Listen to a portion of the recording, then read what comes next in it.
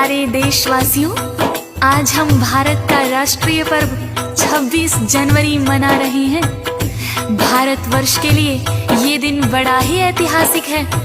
सन 1950 में 26 जनवरी के दिन ही भारत का संविधान लागू हुआ था। देशवासियों, भारत को आजादी तो 15 अगस्त सन 1947 को ही मिल गई थी, किंतु एक स्वतंत्र गणराज्य के लिए उसका संविधान होना अति आवश्यक था, जिसे बाबा साहेब अम्बेडकर ने लिखा और 26 जनवरी 1950 को लागू कर दिया गया।